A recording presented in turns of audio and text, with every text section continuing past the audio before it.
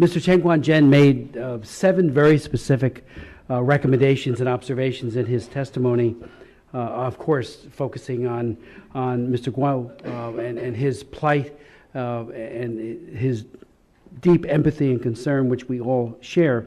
But on one of those, he talked about the importance of the Internet.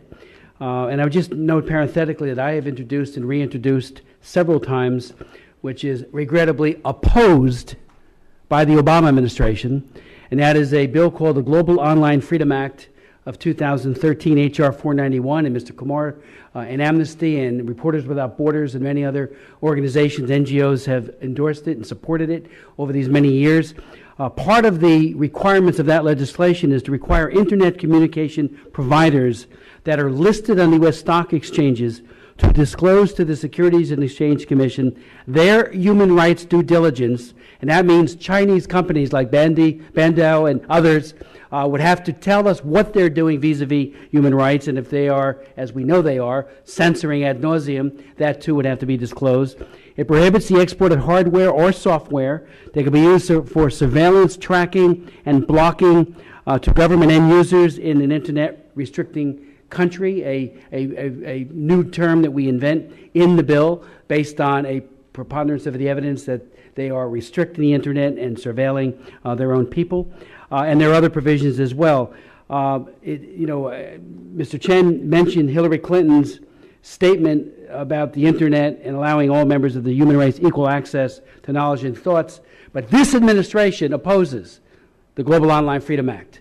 And it would give real substance, I believe, to an effort to say, we mean it when we say we want the Internet to be free, that students in China and elsewhere, but especially in China and the general public, will have access to and unfettered access to knowledge and information. Secondly, Mr. Chen also mentioned the number of very important points, but one of them was about a Magnitsky type of piece of legislation. I think that is an idea whose time has come, but we already have on the books a law that I wrote in 2000 as part of the larger piece of legislation that I was the author of, called the Admiral Nance Meg Donovan International Relations Act for 2000.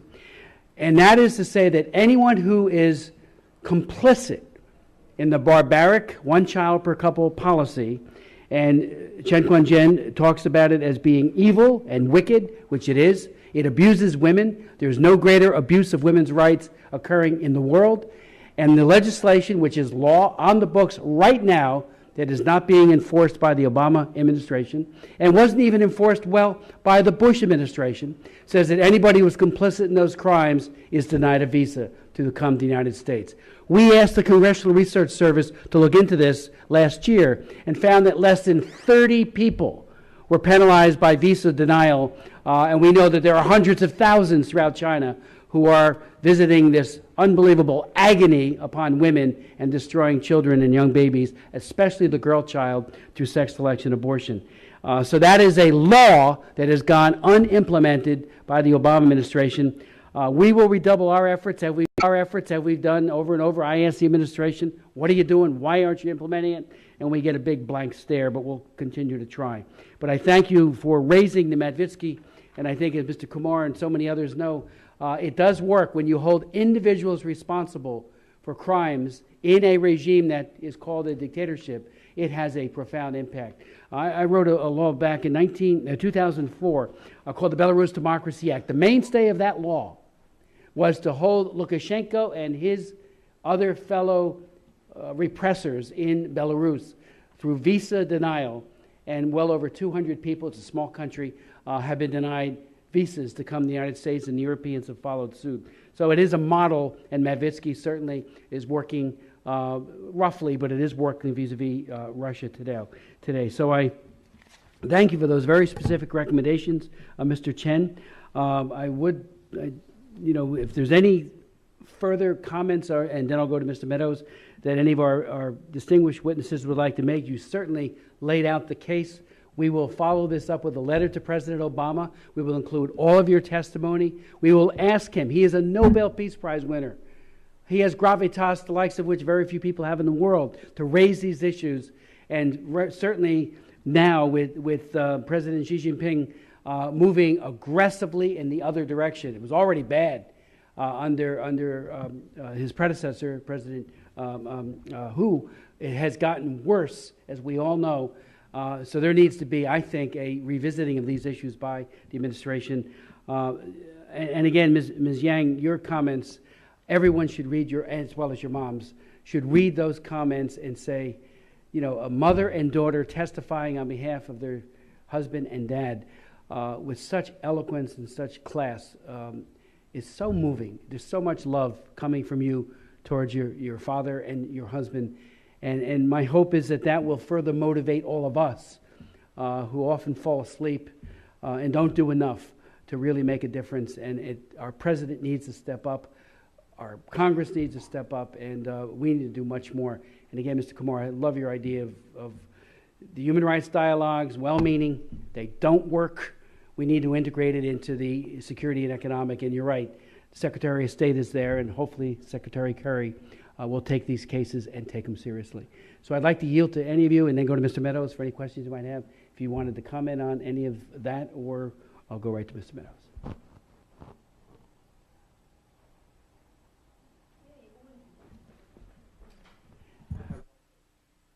I have one question. 我在9月30号的时候来过这个美国国务院，见过美国国务院的助理国务卿泽雅。On September the 30th, I paid a visit to the Department of State and visited some officials there. 我当时要求国务院能够公开发表一个声明，提到郭飞雄的名字。呼吁这个支持无罪释放郭飞雄。So I made the request to the Department of State, asking them to make a public announcement to ask the Chinese government to release Guo Feixiong. 但是很遗憾，我们没有看到他的这个没有看到这个政府发出任何声音为郭飞雄。But we have not seen anything that has happened. 我非常希望这个政府能够发声。Yeah, I really hope that the American government can make an announcement. Could you reveal to us who you spoke to, or would you rather not do that? At Department of State? Zia, the Undersecretary Zia. Assistant Secretary of State, Acting Assistant. Thank you. So you have reached out to the State Department, and so far, there has not been a response. Yes. We will follow up on that as well. And I would say one statement does not make for an intervention. My hope is that, as we do on the China Commission, because I'm the co-chair of the China Commission as well, we have a prisoners list. We advocate for those continuously for the release of political and religious prisoners. But we don't see a corresponding, our ambassador, Gary Locke, should be raising this. This should be a mainstay of our dialogue with the Chinese, not what is the next deal to sell more of our bonds or some other self-interest. So thank you for that. Pastor Fu.